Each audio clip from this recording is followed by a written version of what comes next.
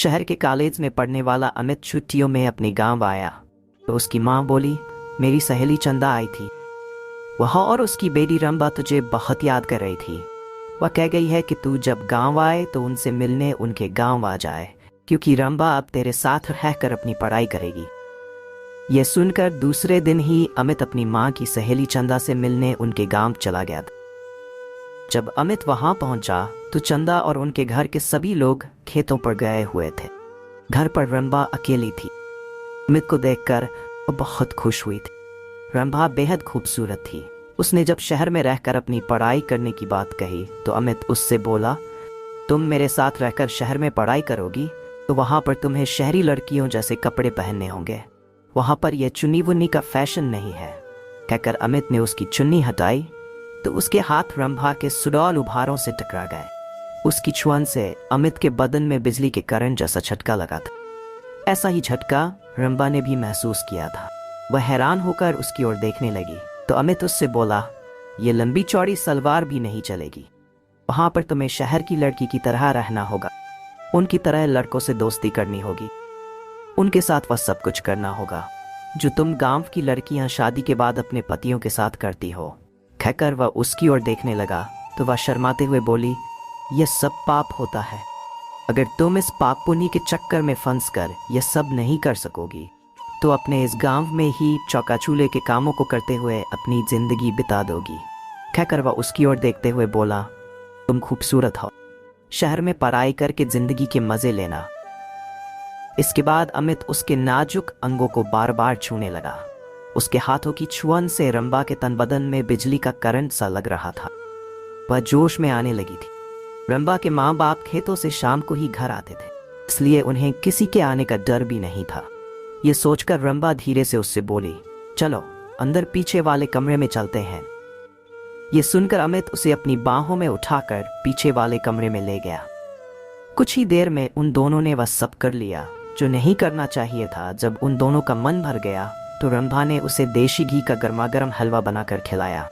हलवा खाने के बाद अमित आराम करने के लिए सोने लगा।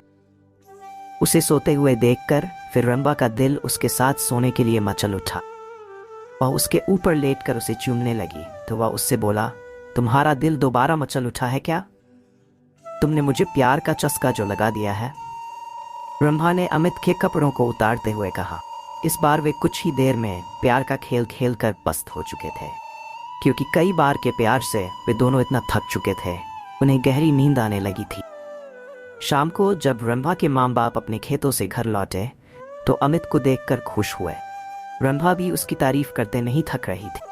वह अपने माँ बाप से बोली, अब मैं अमित के साथ रहकर ही शहर में अपनी पढ़ाई पूरी करूंगी। यह सुनकर उसके पिताजी बोले, तुम कल ही इसके साथ शहर चली जाओ, वहां पर खूब दिल लगाकर पढ़ाई करो। जब तुम कुछ पढ़ लिख जाओगी तुम्हें कोई अच्छी सी नौकरी मिल जाएगी, तुम्हारी जिंदगी बन जाएगी। फिर किसी अच्छे घर में इसकी शादी कर देंगे। आजकल अच्छे घरों के लड़के पढ़ी लिखी बहू चाहते हैं। रंभा की माँ ने कहा। अमित बोला, मैं दिन रात इसे पढ़ाकर इतना ज्यादा होशियार बना दूंगा कि फिर ये अच्छे पढ़ लिखों पर भारी पड़ जाएगी। रंभा की माँ ने अमित के लिए खाने को अच्छे पकवान बनाए। खाना खाने के बाद बातें करते हुए उन्हें जब रात के 10 बज गए तब उसके सोने का इंतजाम उन्होंने ऊपर के कमरे में कर दिया। जब अमित सोने के लिए कमरे में जाने लगा तो चंदा रंभा से बोली, कमरे में 2 पलंग है, तुम भी वहीं सो जाना। वहां पर अमित से बातें करके शहर के रहन सहन और अपनी पढ़ाई लिखाई के बारे में अच्छी तरह पूछ लेना। ये सुनकर रंभा मुस्कुराते हुए बोली, जब से अमित घर पर आया है तब से मैं उससे खूब जानकारी ले चुकी हूँ। पहले मैं एकदम अनाड़ी थी, लेकिन अब मुझे इतना होशियार कर दिया है कि मैं अब सब कुछ जान चुकी हूँ कि असली जिंदगी क्या होती है। ये सुनकर चंदा खुशी से मुस्कुरा उठी। वे दोनों ऊपर वाले कमरे में सोने चले गए थे। कमरे में जाते ही वे दोनों एक दूसरे पर टूट पड़े। शहर में आकर अमित ने रंभा के लिए नए नए फैशन के कपड़े खरीद दिए, जिन्हें पहनकर वह एकदम फिल्म हीरोइन जैसी फैशनेबल हो गई थी। अमित ने कॉलेज में उसका एडमिशन भी करा दिया था। जब उनके कॉलेज खुले तो अमित ने अपने कई अमीर दोस्तों से उसकी दोस्ती करा दी, तो रंभा ने भी अपनी कई सहेलियों से अमित की दोस्ती करा दी। गांव की सीधी सादी रंभा शहर की जिंदगी में ऐसी रम गई थी कि दिन में अपनी पढ़ाई और रात में अमित और उसके दोस्तों के साथ खूब मौज मस्ती करती। जब रंभा शहर से दूसरी लड़कियों की तरह बन संवर कर अपने गांव जाती, तब सभी लोग उसे देखकर हैरान रह जाते थे। उसे देखकर उसकी दूसरी सहेलियां भी अपने माँ बाप से उसकी तरह शहर में पढ़ने की जिद करके शहर में ही पढ़ने लगी।